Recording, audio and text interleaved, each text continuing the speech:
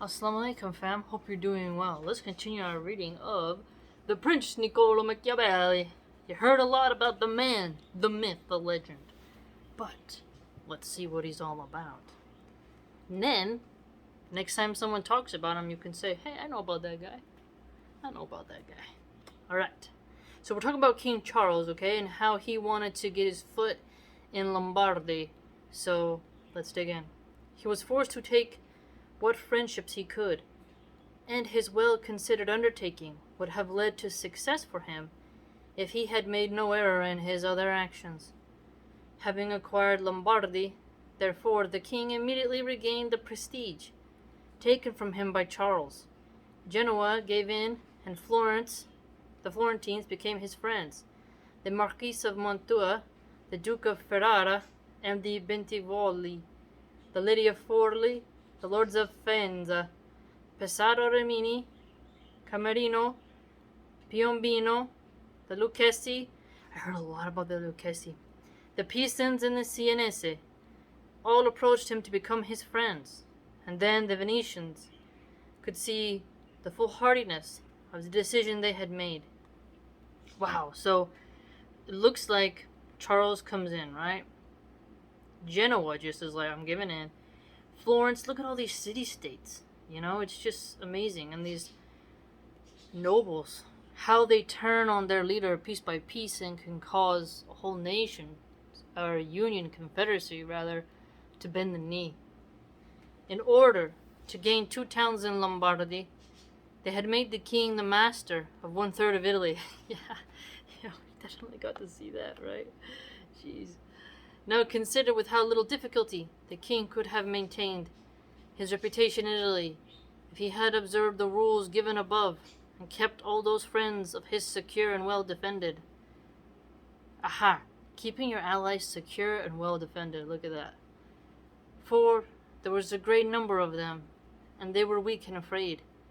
Some of the church, some of the Venetians, so that they would always have been obliged to stick by him. So, securing them, so they're obliged to stick by you. And by their means he could have easily protected himself from the remaining powers. So, they're the means of your securing your power. But no sooner was he in Milan that he did the opposite, giving aid to Pope Alexander so that he could occupy Romagna. Nor did he perceive that by his decision he was weakening himself, casting off his friends and those who had thrown themselves into his lap, and making the church great by adding enormous temporal power to the spiritual power which gives it so much authority. Making the church great. And having made this first error, he was forced to follow it up, so that to put a stop to the ambition of Alexander and prevent him from becoming Lord of Tuscany, he was forced to come to Italy, Lord of Tuscany. Pope Alexander wanted to become the Lord of Tuscany? What's going on over here? It was not enough for him to have made the church powerful and to pride himself of his friends, but desiring to have the kingdom of Naples, right? He divided it with the King of Spain. Naples wanted to be divided with the King of Spain. Isn't that weird? The King of Spain had some touch on Italy, right? Isn't that crazy? Spain, I mean, they were all over the place. They have so much history of just being involved in some battles. Unlike today's, Spain doesn't have that kind of authority. But their history, man. And where before he alone, the arbiter of Italy, now he brought in a partner to whom those in that country who were ambitious and dissatisfied with him might have recourse. Aha! So, before, he was the only arbiter, he brought in a partner. Now, the people, they had ambition and were dissatisfied with his rule, and now they had a way to get at him through his new acquired ally, you see?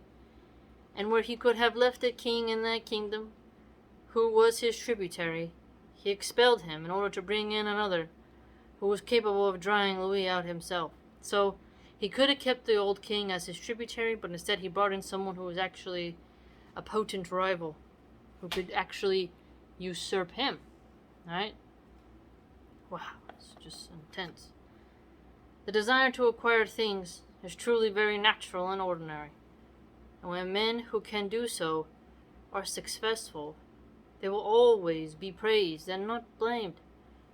But when they cannot and want to do so at all costs, here is the error and blame. So when they cannot and when they want to do it at all costs is when you're going to have an issue here, yes. If France, therefore, could have attacked Naples with her own forces, she should have done so. If she could not, she should not have shared it. And if the division of Lombardy she made with the Venetians deserved to be excused, as having been the means of allowing her to get foothold in Italy. So notice this. Lombardy and the Venetians going at it. So you have the Kingdom of Naples. Lombardy, the Venetians, the Pisans, these different families. King Charles is just getting in there. He's just getting in there, isn't he? And then the church is there, obviously. This other division deserves blame, since it cannot be excused by such a necessity.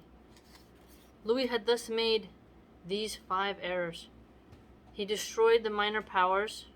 Okay, so he's given us an example of where it all went wrong. So destroyed the minor powers. He increased the power in Italy of one who was already powerful, so made someone more powerful, made the other ones less. He brought a very powerful foreigner into that country. He did not come to live there himself. Aha! Remember how easily he said it was for a ruler to detect problems if he lived in that area himself, and he could also get the people's alliances more? So instead he made the mistake of bringing in a powerful foreigner, and then himself not going there. Big no-no, he's saying. And he did not send colonies there. So remember how he said colonies were better than sending an army because of how the behavior of the colonies are compared to the way an army has to be consistently provisioned, more costly, right? Still, if he had lived, these errors would not have harmed him.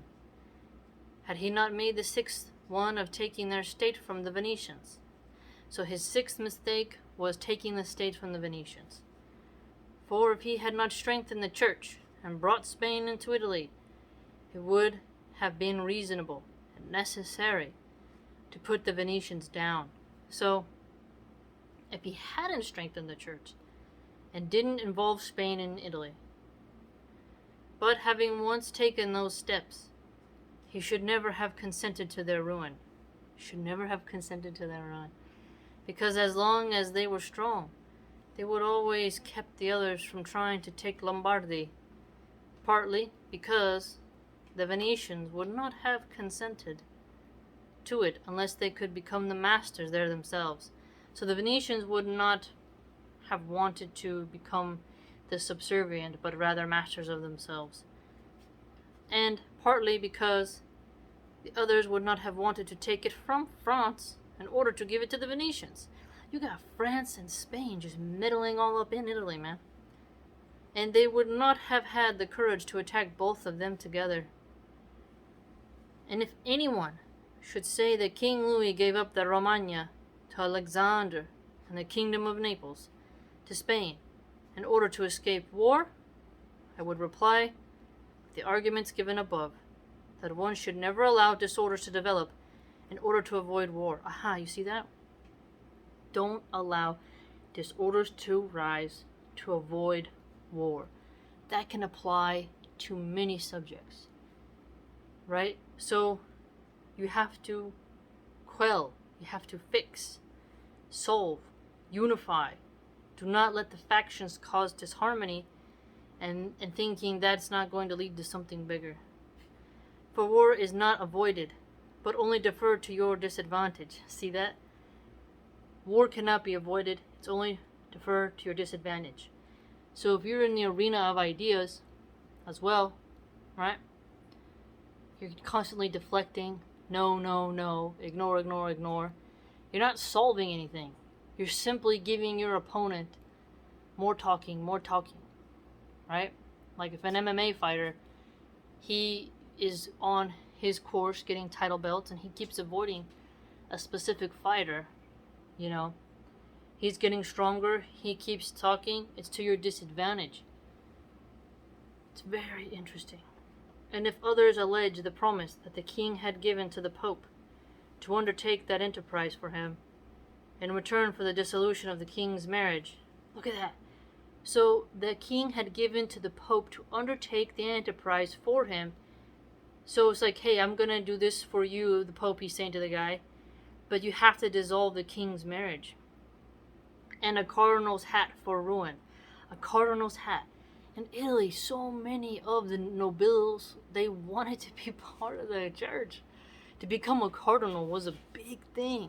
I gotta start reading some books on that. I got it, man. It's like we Italians, we have so much to learn about how much the church played in the politics and formation of our country, right? I would reply with that what I shall say later about the word of princes and how they are to keep it.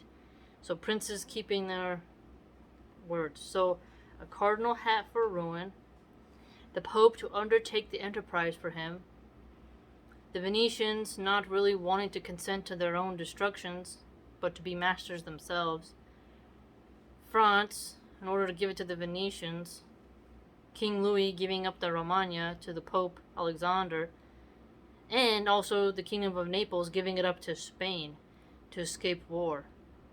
He shouldn't have done that, right? Should have just taken the war. Wow, so strange thinking about Spain be able to rule over Naples while Naples is in Italy. Isn't that strange? Thus King Louis lost Lombardy by not observing any of the rules, which have been observed by others who had taken countries and sought to hold on to them. Nor is this some sort of miracle, but something very ordinary and unreasonable. And I spoke of this subject with Cardinal Ruin at Nantes, when Valentino, as Cesare Borgia, okay, cool, we're talking about Caesar Borgia, who was the son of a Borgia Pope. Son of Pope Alexander was commonly called, was occupying the Romagna. For when Cardinal Ruin said to me that the Italians did not understand anything about war, what? Uh-oh. I replied that the French did not understand anything about statecraft, for if they had, they would never allow the church to become so powerful. So look at that. Machiavelli is saying that if you understand statecraft, you don't let the church become too powerful. So the French, he's contending, failed in that regard. And experience has shown that the power of the church and of Spain and Italy has been caused by France, and her ruin was caused by them. From this may be drawn a general rule which never or rarely fails, that whoever is the cause of another becoming powerful will come to ruin himself, because that power is created by him through either his industriousness or his force. So whoever helps that entity to become powerful will cause the ruin of himself by industriousness or his force. And both these qualities are suspect to the one who has become powerful. Interesting. So a lot of people have said that for the people who help bring in communism, it's easy to vote in communism, but you have to shoot your way out. Your grandchildren have to shoot their way out. Here he's contending that these rulers who went around stomping everything else, strengthening someone who was already powerful, and then, like, if that's a foreign person making them powerful, making themselves more powerful off of the deferred actions you have taken to avoid war, it's going to hurt you in the end. I mean, wow. It's just interesting. Now, there's some notes here I want to share with you. Louis XII, King of France, 1462-1515, ruled from 1498, invaded Italy in 1499, and captured Milan on October 5th. It was recaptured by Ludovico Sforza il Moro, Duke of Milan, on February 5th, 1500. Soon after that, he was betrayed to the French by his own troops and spent the rest of his days in a prison in France. Look at that. So, Il Moro, he was the Duke of Milan, who was betrayed by the French troops that were his own, and he just spent his life in prison after that in France. Wow. Here, the French retook Milan a second time in April 1500 and held it for more than 10 years until they were driven out of Italy by the Holy League of Julius II. Whoa, Holy League of Julius II drove the French out of Milan, which included the armies of Spain and Venice and, on paper, at least, the Holy Roman Empire and England. Although Normandy was incorporated into France in 1204, the other three independent duchies were added only in the second half of the 15th century. The Romans invaded Greece in 211 BCE in order to attack Philip V of Macedonia, who was an ally of Hannibal. The Aetolians, a confederacy of the states in northern and central Greece, did not literally invite them in, although they did seek an alliance with the Romans. Hannibal. I don't know much about Hannibal, but it is interesting to examine this rich history of the Greek and the Macedonian and Romans. They're so intertwined. Philip V and Hannibal. It was brilliant. Although Charles VIII made the first French invasion of Italy in 1494 in order to claim the Kingdom of Naples, his occupation was short-lived. His successor, Louis XII, invaded Italy again in 1499 and captured Milan. He partitioned Naples with Spain in 1500, fought with Spain over Naples from 1502 to 1505, joined with Julius II and leaned against the Venetians in 1508, and was finally expelled from the peninsula in 1513. Wow! Charles, man! A French invasion of Italy. Trying to get into the Kingdom of Naples, captured Milan, Spain's in there, like, hey, I want something. Julius II is like, hey, we're going against the Venetians. And then finally they're kicked out. Pretty wild. Man, we Italians got a crazy history, man.